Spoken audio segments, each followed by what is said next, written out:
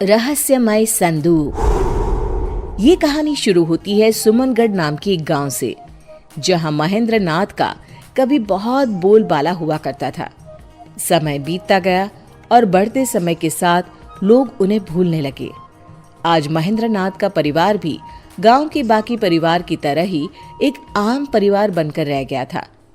एक हादसे में महेंद्र नाथ की मौत के बाद उनकी पत्नी ने ही घर को संभाला। वो अक्सर अपनी पोती प्रिया को उसके दादाजी की कहानियां बताया करती थी। बहुत अलग से थे तुम्हारे दादाजी। इन आम लोगों से अलग थी उनकी शक्तियाँ। दादाजी के बारे में कुछ और बातें बताओ ना दादी, वो जादू करते थे ना? जादू नहीं बेटा, वो सिद्धियाँ होती हैं जो दादाजी के पास थी। उनके किस्से कितने भी बताऊं कम ही है। क्या माँ, तुम भी इससे ये सब बताने लगी?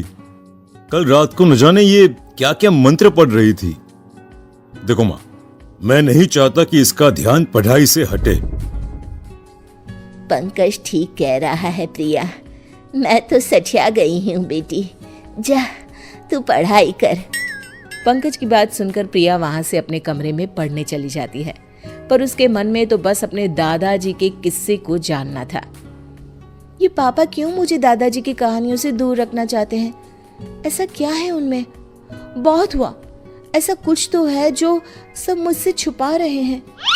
प्रिया छुपकर अपनी दादी के कमरे के बाहर खड़े रहकर उन दोनों की बातें सुन लेती है। माँ, प्रिया को उस संदूक के बारे में कुछ भी पता नहीं चलना चाहिए। इस तरह अगर तुम पिताजी के बारे में उससे बात करती रहोगी तो कभी न कभी वो भी बाहर आ जाएंगे। जो छुपा होना चाहिए। पापा क्या छुपा रहे हैं मुझसे? क्या छुपाना है? कौन सा संदूक? ये सब क्या चल रहा है? तू कब तक छुपा लेगा प्रिया से इन बातों को? कभी ना कभी वो संदूक भी सामने आ जाएगा पंकज।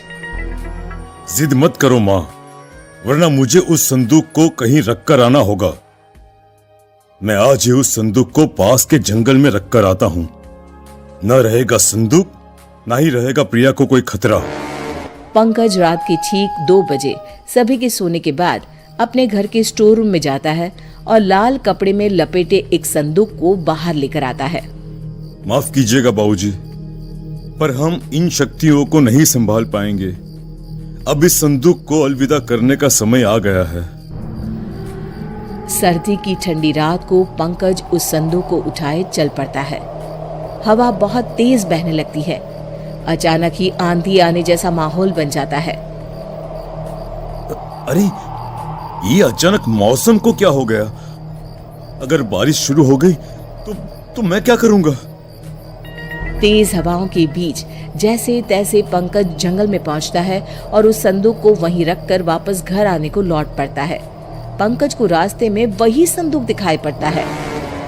अरे, ये वापस यहाँ कैसे आया? अभी तो मैं इसे जंगल में छोड़कर आया था। पंकज फिर से उस संदूक को जंगल में लेकर जाता है और जमीन में दफना देता है। इस बात से अनजान की प्रिया उसका पीछा कर रही है। पंकज संदूक को दफनाकर निश्चिंत होकर घर वापस आकर सो जाता है। तो इस संदूक को मुझसे छिपाना चाहते थे पापा।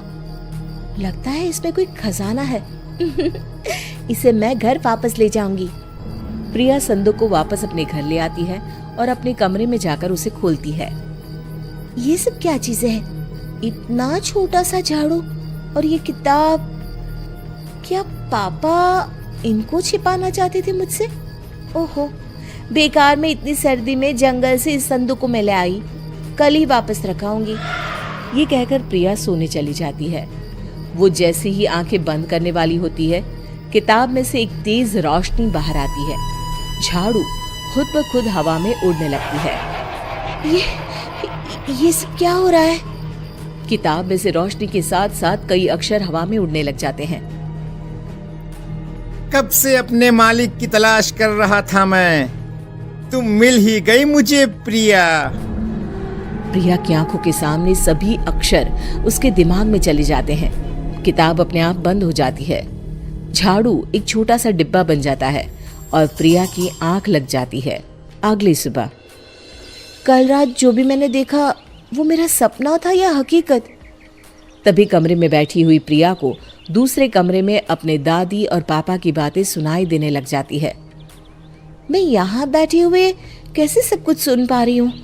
ये कैसे हो सकता है? तभी अचानक से प्रिया को अनजाने साए दिखने लग जाते हैं। हमें बचाओ प्रिया, हमें बचाओ। कौन हो तुम लोग? नहीं नहीं, मुझे छोड़ दो। प्रिया की आवाज सुनकर शोभा और पंकज उसके कमरे में आते हैं, पर उन्हें वहां कोई नहीं दिखता। क्या हुआ प्रिया, तुम ठीक तो हो? पापा, मुझे बचा लीजिए। मैं कल वो संदूक अपने साथ ले आई थी। मुझे अब यहाँ पर अजीब से लोग दिखाई दे रहे हैं जो मुझसे मदद मांग रहे हैं। मैं ये जानता था, इसीलिए तो ये सब तुझसे छुपाया मैंने। तेरे दादा यानी मेरे पिताजी महेंद्र नाथ ने लोगों की मदद करने के लिए कई सिद्धियां ली।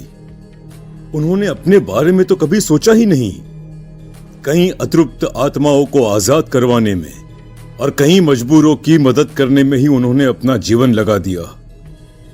उन्होंने अपनी सारी शक्तियां इस संदूक में छुपा कर रखी थी, पर उनके ही एक चेले ने उन्हें धोखे से मरवा दिया और संदूक चुरा लिया।